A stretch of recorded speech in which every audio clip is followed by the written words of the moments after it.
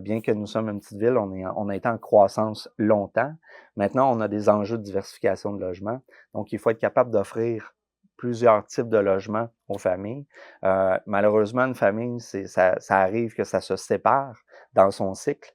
Donc, on a des enjeux d'essayer de garder les gens sur le territoire parce que le prix des maisons a augmenté. Donc, d'être capable de garder maman ou papa sur le territoire quand il y a une séparation, parce que c'est pas tout le monde qui a les moyens de racheter sa propre maison quand on se sépare. Donc ça nous inquiète, puis on a la responsabilité d'établir des stratégies pour s'assurer que les gens veulent rester ici parce que c'est ça qu'ils veulent rester ici.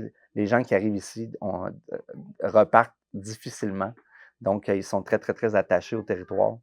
Donc, on a la responsabilité de trouver des moyens de les garder. Donc, des projets comme il va y avoir sur la rue Cardinal qui s'appelle Point Cardinal. C'est 72 unités d'habitation avec, ma mémoire est bonne, 14 locaux commerciaux au bas. Là, on parle carrément, c'est pas juste un projet domiciliaire, c'est un milieu de vie qui est créé. Ça parle vraiment, vraiment, vraiment beaucoup pour une communauté parce que oui, non seulement ça crée du nouveau logement, ça crée une nouvelle offre commerciale. Euh, Quand on parle d'attractivité, Saint-Amand le devient encore plus. On est à l'aube avec nos 14 000 habitants, des commerces de proximité. C'est ce qui nous manque le plus sur le territoire. Ça devient un carrefour incroyable pour ça. Donc, ça devient encore plus intéressant pour nos familles actuelles et même les familles qui pensent à aménager à Saint-Amable. Parce que quand on a tous les petits commerces de proximité, bien, ton attractivité économique, ton cœur économique devient vivant.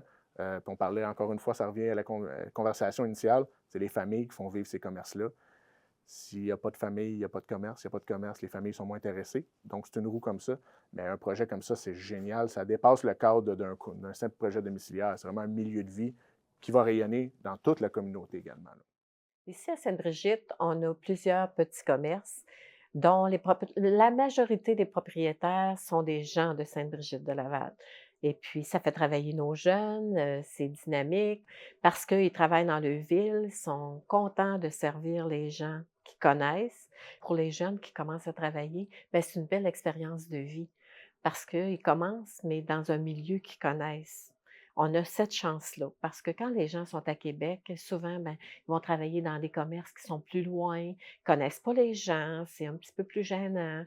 Tandis qu'ici, on a la chance que les gens se connaissent beaucoup et puis c'est moins dur pour un jeune qui commence. C'est une belle leçon de vie pour eux. Des commerces de proximité.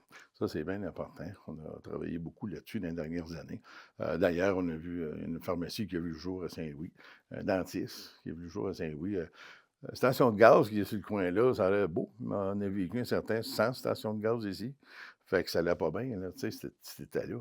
Fait que c'est pour ça qu'on s'est dit, ben, en concentrant, en essayant d'attirer des gens ici, ben, on va attirer des commerces aussi. Fait qu'on travaille beaucoup sur le côté commercial, surtout du commerce de proximité.